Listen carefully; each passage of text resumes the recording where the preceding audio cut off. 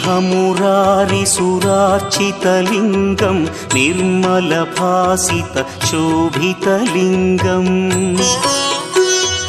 जन्मजदुःखविनाशकलिङ्गं तत्प्रणमामि सदा शिवलिङ्गम् देवमुनिप्रवरार्चितलिङ्गं कामदहन करुणाकरलिङ्गम् रावणदर्पविनाशकलिङ्गं तत्प्रणमामि सदा शिवलिङ्गम्